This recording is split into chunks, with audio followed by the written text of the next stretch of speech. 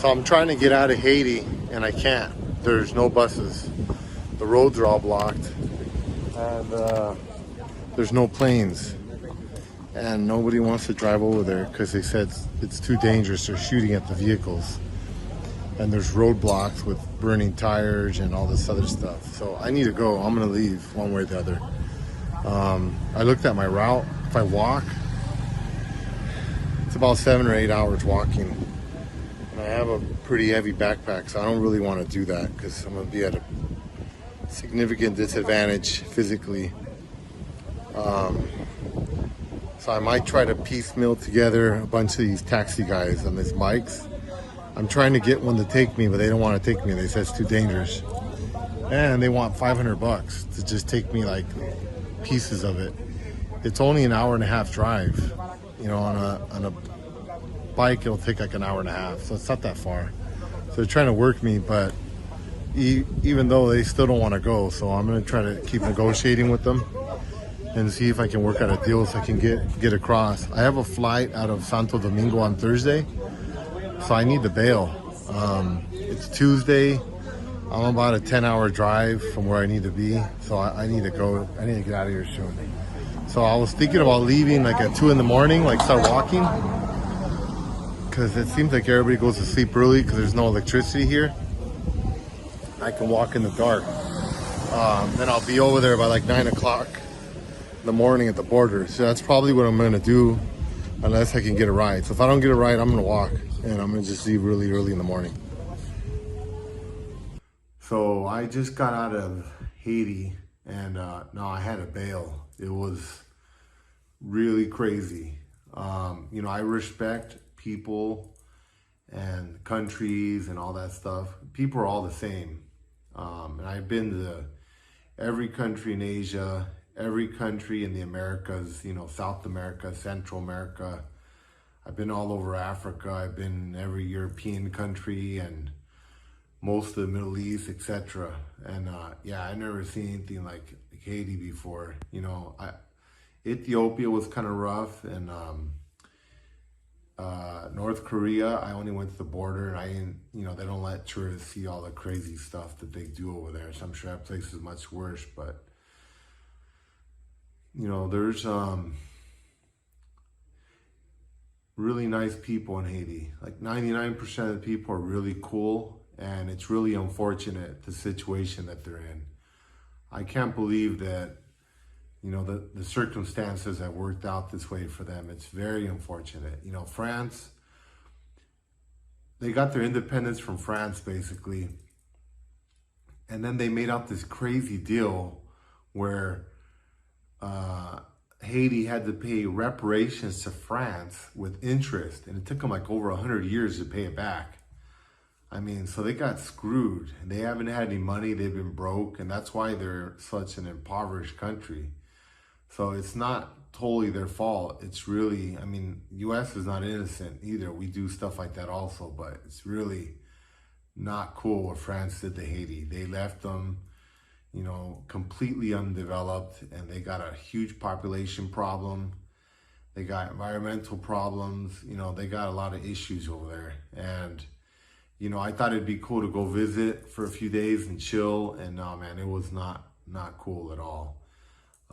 It was very harsh, very harsh. And I didn't go to the worst part of the country. I didn't go to Port-au-Prince.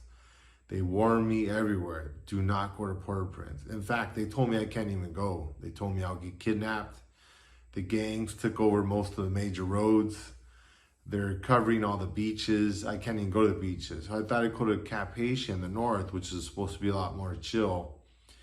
And it was not chill. I can't even imagine what it'd be like to go down to Port-au-Prince. That's gotta be really rough, particularly right now. You know, some people might be looking at this, they might say, hey man, it's not a big deal, you know, chill out. Okay, well, you know what? They're having a big nationwide strike right now. They're pissed off because they said that the gasoline is really expensive.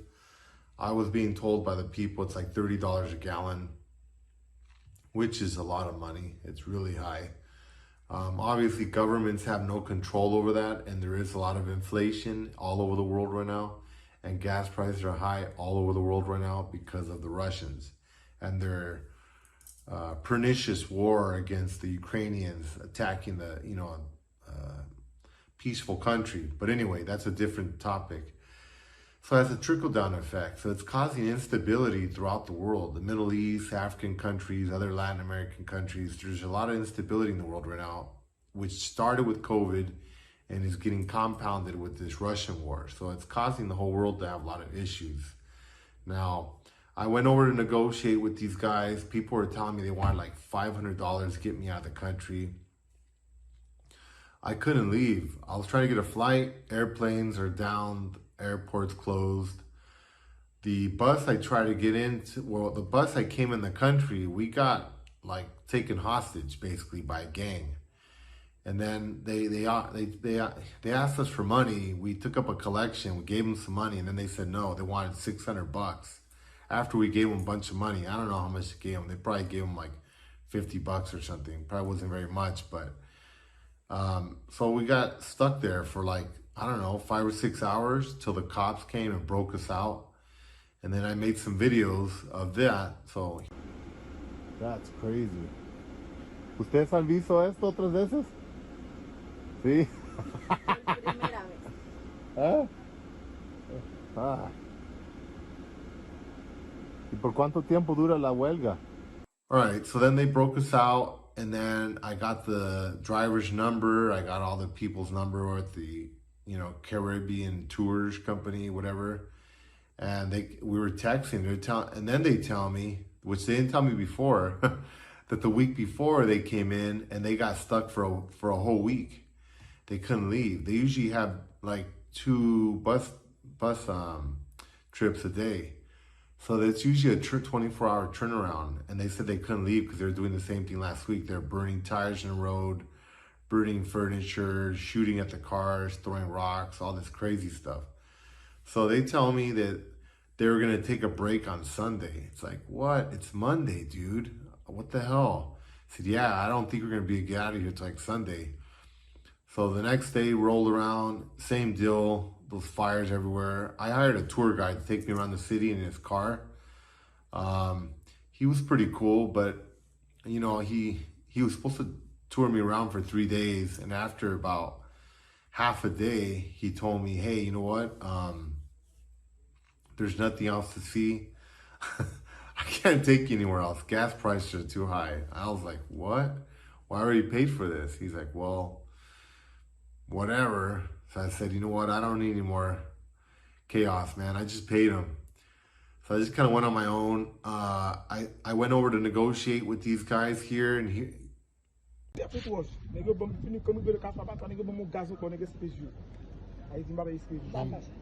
fácil. No fácil. I need to go to the border. Ah. I need to go. How much? Ah. Why not fácil? Why not fácil? Porque pas fácil parce que Haitian a pas pile problème. Many problems? Yeah. And frontière. Yeah. I need to go to the border. Yeah. How do I go? Not fácil? Not fácil for me. It's Shit. not easy, my man. Huh? It's not easy. Not easy? Yeah. Well, there's always a way. The way. It's the blow. What if we leave early, like at 3 in the morning or 5 in the morning? 5 in the morning, before everybody wakes up.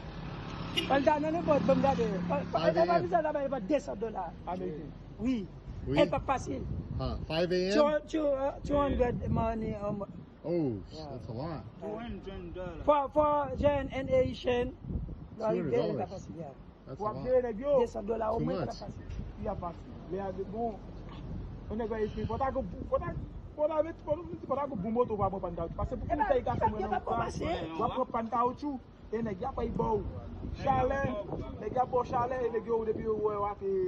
Guns? Guns or what? Yeah, guns. Guns over there? Yeah, guns. Shit. Guns Shooting? and movement. Gangs? Yeah. Fires? This street is bad. The street is Yeah, bad. bad. Yeah. Okay, so what do we do? How do we do it? 5 a.m.? 4? 2. 2 a.m.? Yeah. 2 a.m. Go. Do it. Do it.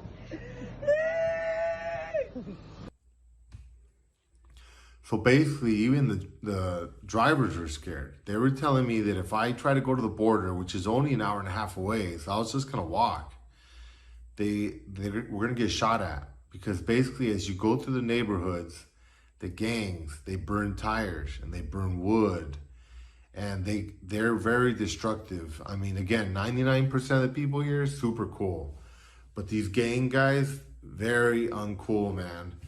You know, very destructive. They were chopping down beautiful trees and throwing them in the road just so they can block people so they can't get through.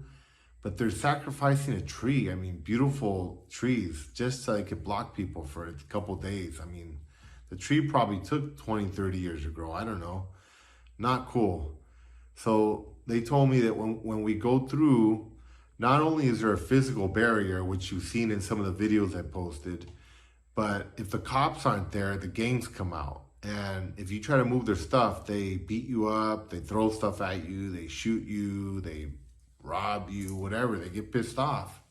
They want to extort you. So, you know, I went ahead and I tried to find a driver, and I got him down to $100, which was a really sweet deal because people wanted like 500 and then they told me 250 and I got it down to $100. Now, normally it costs $1 to get to the border. It's only an hour and a half away. But right now, with the circumstances, $100 is a sweet deal. I just want to get out of here. I can't get a bus. I can't get a plane ride. It's pretty dangerous. There's a lot of people, they're angry. And, you know, I get it, man. People love their countries and as I do and everybody else does, and people want their dignity. So if you go to Haiti, beware. If you pull your camera out and you start recording like the trash or the whatever you see, people run at you angry and they try to jack you up. Take your phone. I mean, they get really pissed. So I made a few videos. Here's a couple videos of me riding around a motorcycle. It's not the best because I had to do it low pro. I had to hide.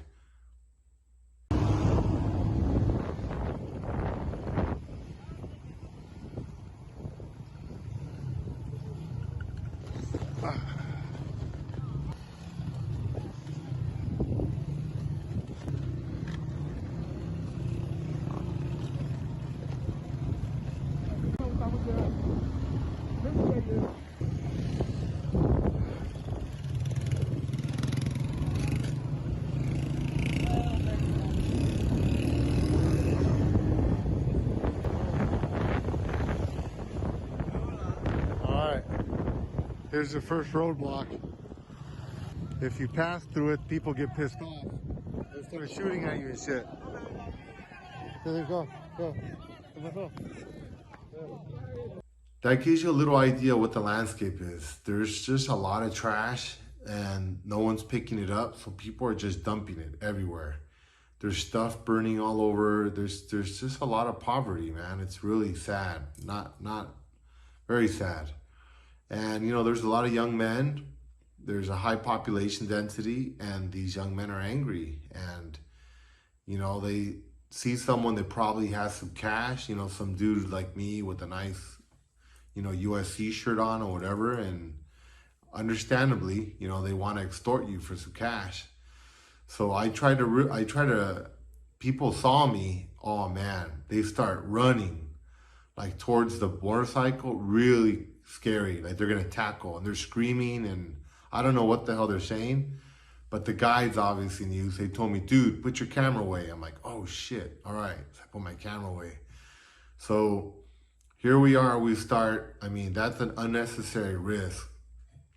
We start heading out of the city. I made an agreement with this guy for $100, and he's telling me he has to bring a bodyguard, a backup. And I'm thinking, what the hell we need 2 guys for? I thought, man, we're gonna drop, you know, take me out to a bush somewhere and rob me or what? You know, but I thought, well, whatever, man. I needed them. I needed both those guys. We were like 2 blocks from my hotel. We hadn't even gone anywhere yet. And we hit a first major roadblock. It was like all this burning tires and all this stuff. We didn't even tried to pass it. We tried to do like a loop, and I was recording. I didn't record after that. And I was being very discreet. I don't know if they saw me, but they were fucking pissed. And like 20, 30 guys, young men, fit, teenagers, you know, early 20s, start running at us. And I put my camera away and they start tugging at all my bags, my bag, my, you know, whatever. And then they're yelling and the two guys in the bike are yelling at them. Look, one thing you do, I've been in stressful situations before. Don't react. Just stay quiet. Don't say anything. Don't throw any punches, nothing like that. They were all pulling on me. They were looking at me like really angry. They were yelling. You could see in their body language, they were fucking pissed. They're gonna jack me up. And then they say this thing, second dollar, money, money, pay. And they're all telling me to pay all those people. Oh my God, if you open your wallet, you're toast, man. They're gonna take everything you got. So no, don't open your wallet. Don't pull any money out. That's just like blood in the water for sharks. So no, as much as I would rather just give them some cash, don't. So I didn't pull my wallet out.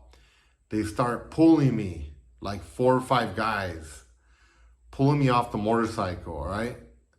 And you know, you gotta stay cool. Don't react, don't start crying, don't start yelling, don't get angry, don't cuss, don't throw punches, just act like nothing's happening. But of course, I'm not gonna let them pull me off. So the 2 guys I'm with, the one behind me, the one in front of me, they start hugging me, like holding me.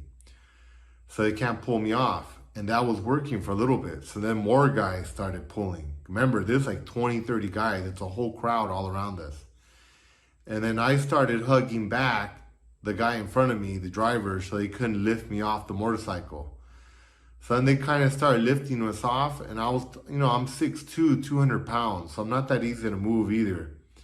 But I'm bigger than most of these guys. So I just put my leg down and I reached down and grabbed the motorcycle and I anchored myself to the motorcycle. So now they had to move 3 guys and a motorcycle. So they were like pulling and pulling. They couldn't pull me off, luckily. They were like 5'7", 5'8", 160 pounds. All these guys are about the same. Fit, you know, muscular, because they don't eat a bunch of junk food. They were just yelling. And then one of them just grabbed out a bag with my laptop. He just snagged my laptop. And I thought, well, c'est la vie. You know, I'm not going to fight or make a big deal of my laptop. As far as I'm concerned, they could have taken all my stuff. I mean, I'm not going to do nothing about it. There's nothing I can do about it. So you throw a punch or you try to go after one of those guys, you're dead. Literally. You're probably going to be dead. They're going to kill you. They're going to just gangbang you, kick you, you're gonna be dead. You're gonna probably die. So no, you can't do nothing. So I didn't even react. And he pulled it up and it was inside of like a mesh. Actually, I think I have it here. It was in one of these things. And he didn't really know what it was. So that was kind of good. He got it and he was looking at it and the other guys were like, what the hell is that? I think they thought it was a book. And then out of nowhere, some guy comes out. I guess he was like the leader or something. And he just yelled and waved his hand and everybody just backed off. And they just handed me back my computer. And then the 2 guys on my bike just kept yelling. I never did know what the hell they were saying because they didn't really speak much English either. One of them spoke a little bit, but I don't know what happened. But he must have been the leader and they all backed off. And then it seemed like the 2 on the bike had the upper hand. So they just started yelling back at him like, you know, I'm going to get you guys later or something, it seemed like. And then we just took off and I thought, damn. And then we saw another roadblock. So then we just left the main road and we went to the back ghettos. So we're taking the back roads trying to get out. We got stopped by, I think, the gangs, and they were fucking pissed. They have like fire and big trunks of wood and tires and things burning in the street. And we got surrounded by like 8 or 9 guys and they started pulling all my stuff. And they pulled my laptop away and they looked pretty angry. And I don't know what these guys told them, but they all of a sudden backed off. and they gave me my stuff back. So I have 2 guys rolling with me. And now we just hit another deal here where they're burning stuff. And instead of just driving around it, which we very easily could, we're going deep into the neighborhoods and just going all the way around it. I think they just don't want to deal with the gangs because they want to extort us for cash and merchandise. So it's going to be a long ride to the border. It's about 2 hours to the border straight, but we're having to do all these detours to get around the I think it's like the gangs or whatever they are, militias or something. So right at this point we just want to bail. I went ahead and took them up on their high value offer just to bail out. Time to go.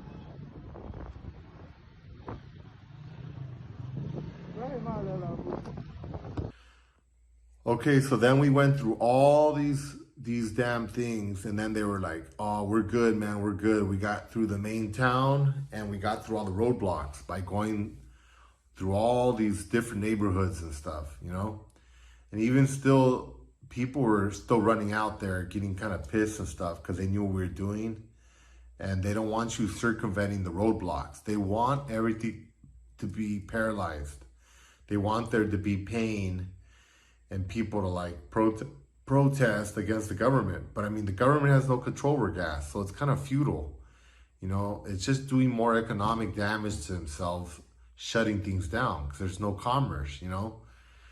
Anyway, we get out of that and then we ran out of gas. So we go to this group here and there we go, another like 10 dudes. We start buying gas and they like quadrupled the price. Like, these guys paid a lot. I'd say it was a motorcycle.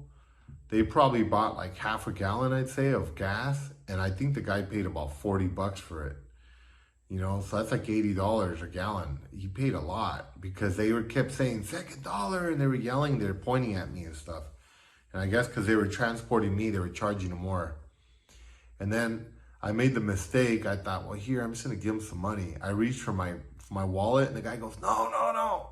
I said, oh shit, what did I do that for? I didn't even pull my wallet out, but oh man, it triggered everybody. They all jumped out. They all started like gathering around. Same thing, man. They started grabbing my stuff. You know, they started like grabbing me, like they're gonna pull me off the bike, pulling my arms. You know what? I can't remember the last time someone did something to you. Maybe somebody has, but I'm just really exhausted right now. I can't even remember, but it was very exhausting. They were pulling me, bunch of dudes pulling me, trying to pull me off the bike. And all I hear about is kidnapping over here. High risk of kidnap. Before I went over here, I went to the US State Department. It said, do not go. High risk of kidnap. No shit, man. What the hell? My fault, obviously. But yeah, these guys were pulling me. Not good, man. Not good. I don't know what happened. The guy got him to settle down again. And luckily, I needed those 2 guys because they were like battling and pushing back and just arguing. Man, I don't even know these guys. I mean, one of them was giving me rides earlier in the day around town, but I just lucked out, man. I got 2 really cool guys. So, you know, I was like, there's no way I'm giving these guys $100 bucks. I gotta give them more, man. They saved my tail. So we take off and then we ran into some more roadblocks. And then it started getting crazy. People started throwing rocks at us. Rocks, big rocks, like crowds of people, like to knock us off the bikes. And then they started chucking sugarcane, like spears, to try to like get it into the spoke of the motorcycle so the damn motorcycle could like flip over. So I was like, damn, like this is crazy, like fucking crazy. Like we were just deflecting shit, you know? I was more worried about the guy. I got hit a bunch of times, man. I put a bunch of aloe vera on my face right now because I'm all burned up. I lost my hat because some dude yanked my hat off. I don't have a straw hat anymore. I got hit a bunch of times with a bunch of rocks, but I was just worried about the driver. I was deflecting the rocks because they were throwing rocks at his head, trying to knock him out. So I was deflecting the fucking rocks. And then the spears, the guy, I was with my leg, kicking with my leg also, trying to like deflect the spears. And so was the driver with his legs. He had both of his legs up. And he was like just wiggling his legs back and forth in the sides of the front tires so that the spears wouldn't go in. I was just thinking, man, that's all I need for one of those damn spears to get into the tire and lock up the tire, and it'll just launch us like a catapult. And we'll just get jacked up, and then we'll get beat up and robbed. And oh man, no good, nothing good. No, just all good, terrible scenarios. All right, let's put it that way. And then there was just like shit burning everywhere. And then we get through one crowd, there was another crowd, and another crowd, and another crowd. And people just trying to topple us, man. Trying to knock us off the motorcycles. I mean, it was pretty scary, man. It was really scary because we were going really fast. We had no helmets. You know, I've seen a lot of patients in the hospital jacked up from motorcycles. In fact, one of my best friends, Eddie Sierra, is a quadriplegic. You know what I mean? So I never ride motorcycles. Even when I travel, I avoid them at all costs. I'll pay extra to avoid them. But I had no option here. And when I do have to, I always use a helmet. There's no helmets here. And then people are throwing rocks. I mean, it was just gnarly, man, gnarly. I mean, I couldn't record this stuff because there's no way I wouldn't even be here right now making this video. That was like, man, every time I pulled it out, I tried, and people just go off. They started screaming all over the street, da, da, da, da, da, and pointing and running out rushing the motorcycle like from all sides. I was like, oh shit, like don't do that. Don't pull your camera out, man. That really pisses the people off. They think you're like making fun of them or something. So we took off. We made it through all this. My back is killing me, man. I got hit with a bunch of rocks and sticks. They were throwing like big branches at us. I mean, and then the crazy thing is, everywhere I looked, I saw these like gunny sacks with American flags on them everywhere. Because we give a lot of foreign aid to Haiti, the United States. In fact, my cousin Max, who's in the Marine Corps, he says when they have catastrophes, they send Marines over there to help with, you know, recovery and stuff like that. I saw American stuff everywhere, like from foreign aid, you know, from food sacks and all kinds of stuff. And people were using those like they were running out, and they had like bags of rocks in them, and they were launching rocks at me. And I just thought, man, isn't that ironic? Like we send it over there for aid and they use it to like jack me up. But anyway, we start getting through, and then here comes some dude in a big truck. They see us coming. He tried to head on ram us with a car, with a truck, like a little pickup truck. I was like, damn, that's brutal, man. This guy tried to hit us. I thought he was trying to drive. No, he was trying to like get us for getting through one of the barriers. He saw us coming. He revved up the engine, and he missed us probably by like a foot. And we went off the road, and then we just kept going. And then, oh man, we got lucky. God intervened, all right? Because there was a lot of roadblocks. I mean, probably like 40 or more. There was just a whole shitload of them. Sorry for the foul language, but I just got here, and I'm pretty like revved up right now. It was really crazy. We got lucky because a thunderstorm started and a massive downpour started. All my stuff is drenched. Almost at the border, and it was a blessing from God. There was lightning all over the place. It was hitting like, I don't even know. It was just hitting all over the place. And it actually worked. And that apparently scares the people. So they all ran for cover. Folks that were, so we were running on our motorcycle down the road. Started like, obviously the fires were getting put out by the water. It was pouring. But the people didn't want to get wet. So it was sweet. They were throwing rocks at us, but they were like 20, 30 feet away. So they weren't even hitting us. And plus the water was like, watering down the branches. So they couldn't throw stuff at us anymore. So it was really cool, man. That water really saved us. But then it was scary because we were driving really fast, no helmets, and the roads are full of potholes and they're full of branches, and it's like an obstacle course. You can't even go straight. You have to like weave, and then sometimes there's these big concrete blocks. You have to go off road in the dirt, and then it was just crazy. We get to the border, and the border town is flooded. So the bike stalled like twice, and I got off the bike, and the water was halfway up my thigh. To give you an idea, I mean, that's like 3 feet or something. It was high. So we were rolling through the bike, throwing through the water, and there was all this stuff, like trash everywhere, and it was like very unsanitary, you know what I mean? Because it was all dirty water, and it was just really crazy. There was a lot of people, and I don't know, man. People were pretty visibly upset, and I don't even know what the hell they were upset at me about, but it's nothing personal, you know. Most of the people, like I said, 99% people, super cool. Really pretty country, actually. A lot of cool stuff, but, you know, just really intense. Like, you know, it could just be a sign of the times, you know what I mean? COVID has been rough, you know what I mean? So, you know, COVID has been rough, and, you know, inflation, all this stuff. I mean, it's just not a real good time to go to Haiti, but definitely a place you want to visit. But not right now.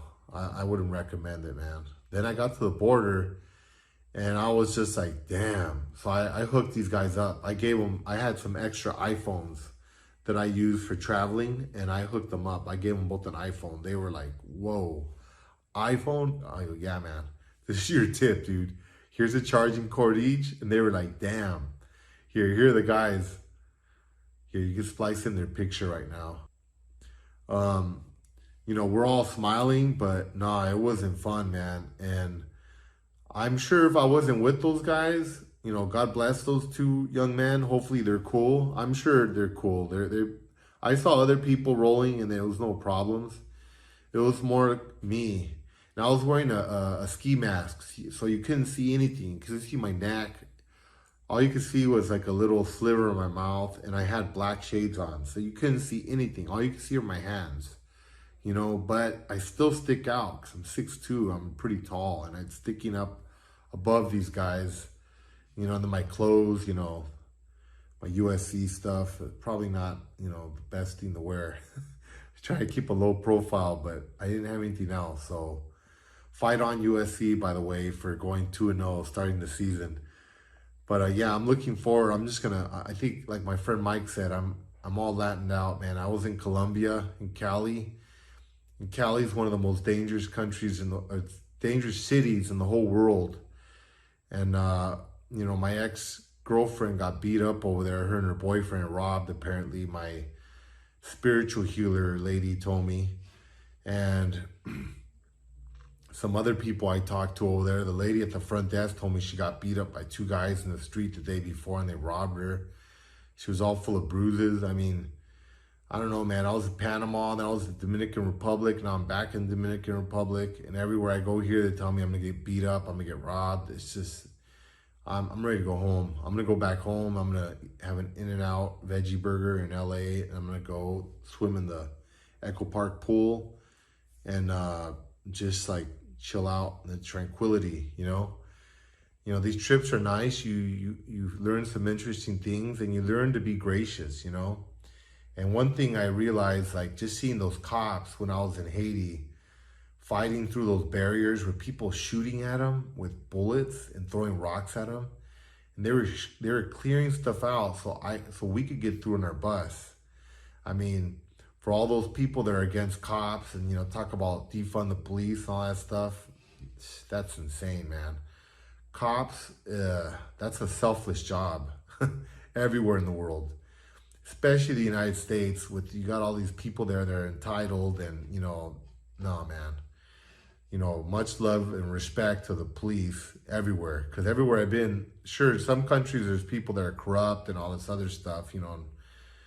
In Africa and some other places I've been, yeah, I've had some run-ins. Even in LA, I've had some bad run-ins. But overall, you know, cops are good. And you really got to be grateful for the stuff you have, the food and all the other things we have, because we're very blessed. But anyway, I walked across the border.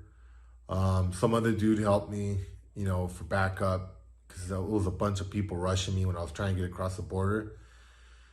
So I paid some other guy to hang out with me and just, you know, get me across the border. I just didn't want people sticking their hands in my pockets and all that stuff, because it's just, I'm just over it, man. I got on a few different buses, and it turns out the Haitians forgot to stamp my damn passport crossing the border. So the Dominicans told me to go all the way back to the border and get stamped. And I was like, no, I'm not going back to Haiti no more. Nuh-uh, I'm not going back. Fuck no. Especially with all this rain. No. In the circumstances, no. So I got off the bus. The immigration took me off. I just started walking, and then I just had to ride these local buses or whatever till I could get away from the immigration. That's the other thing. In Dominican Republic, they are totally anti-Haiti, man. They have so many immigration people everywhere. They stop you constantly, like every 5-10 minutes. They come on the bus. They see anybody that looks Haitian. You know, Haitians are very distinctive looking. They're you know, primarily African descent, you know, so they look African. Dominicans are black people also, but they look different. They look very distinctive. They're mixed with the Taino Indians, you know, the native people that used to live here that are gone because they've been, you know, over time they mix so much. So they look kind of Latin and you know, African American. They're mixed up. So they come in, and I saw them taking people off the bus. I mean, you know, people that talk about in the U.S. that we mistreat immigrants. Nah, man, we're super cool. It's everywhere else I go in the world, they're rough on immigrants. These guys are no different. They're super rough. They were very man, it was kind of heartbreaking for me. I don't like seeing people get mistreated, but I got thrown off the bus too, so. And supposedly I was supposed to go back to the border, and I was like, nah, I'm not gonna go back. But I found some buses, and then the immigration kept coming on. They just don't even look at me, because they're like, oh yeah, this dude's like a foreigner. You know, he looks American. Everybody says I look American, which I am. Thankfully, they think I look American. So they just let me go, and they ain't asked for my passport anymore. So they'll probably run into some issues when I get to the airport here to leave, but I'm good with that. I'm not going back to Haiti anytime soon. So anyway, that was my experience with getting out. It's easy to get in, but really hard to get out. I don't recommend going to Haiti right now, you know, just especially not Port-au-Prince. The stuff I heard in Cap-Haïtien, people were talking about it. They were freaked out. And I was like, wow, they're freaked out? I'm freaked out being here. It's a trip here. These guys aren't even, they don't think it's a big deal. Man, I was freaked out. Again, I've been to over 150 countries. I started traveling when I was a kid. My parents used to take us traveling. I used to solo travel when I was 16. I went through Europe sleeping in parks and in bus benches and, you know, just basically living like a homeless person. And no, man, this is rough. So I'm over here in Dominican Republic again, and I got one of these sex hotels, and I'm gonna take a shower and chill out. But I just wanted to make a video about this before I knock out, because I don't know if I remember all that stuff. It was just too much, man. And I'm sure I left out a lot of details, but I've never been chased down by people with like sugarcane spears and rocks and stuff. And man, I got hit like dozens of times. They were trying to knock me off a moving motorcycle. I mean, if I would have fell, I would have been jacked up, man. I didn't even have a helmet. And it was raining.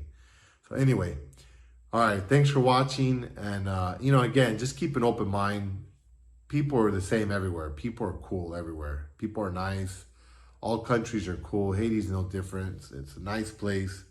Just right now is a rough time. So, all right, thanks again for watching. Goodbye.